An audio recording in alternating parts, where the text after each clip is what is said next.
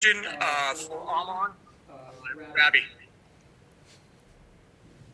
Yeah, Armand, just kind of take us through that last possession. You're 1 for 9 from the field. You had winning time. You're confident you make the play. Just kind of take us through that. It was like 15 seconds left. I saw Rob with the ball, and then coach called for me to go get it. He called a play for me to basically, it's like an ISO, race, fake the screen, created kind of a diversion. Lucas stepped out a little bit. I got going downhill and saw him leaning and hit a step back and just let it go. My teammates had ultimate confidence in me. Coaches had confidence in me to get the ball in that moment, and, it just paid off. Dustin. Armaan, I guess, keeping it going from there, just what goes through your head when you make the shot, and I guess who all was up there in your family, I guess, that you pointed to after it goes down? My mom, my brothers, my niece, and a couple family friends. They haven't all been at the game together in a long time, so it was good for this one to go. And then after I hit the shot, my teammates just came up to me, but I knew we needed to get one more stop to win the game.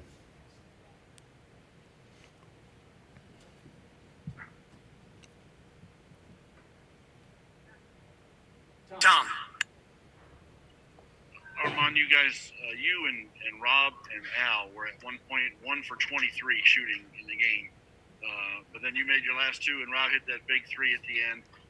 Tell me a little bit about what your confidence level is like through the course of 37 minutes when you guys are all kind of having a hard time scoring at the same time. Our teammates don't let us get our confidence down. They constantly talk to us on the bench when we're coming out. Next play, they believe in us. We're gonna hit the big shot. So it wasn't really a confidence thing. You gotta go out there and keep shooting because everybody has confidence in you, and they're gonna get you the ball in those moments.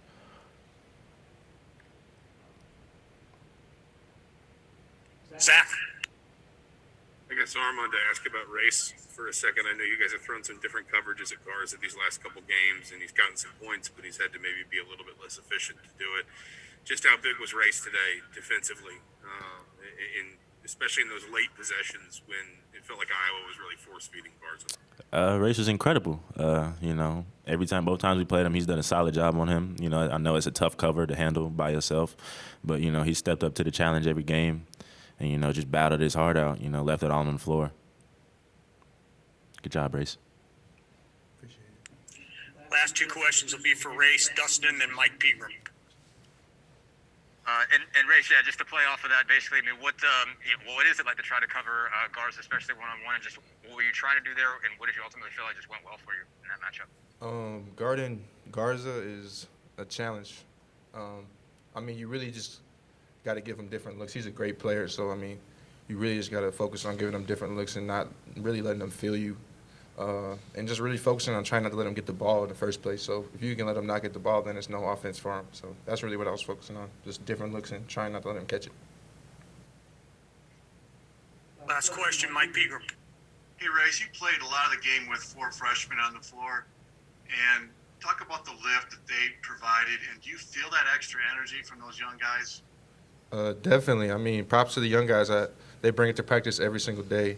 Even when they weren't getting the minutes they wanted to, they brought it every single day, and that's just showing the work they put in, day out. You see them in the gym, Anthony, Leo, Trey, Christian, Jordan. They come to the gym nonstop, off days, late nights, stay in the gym, working.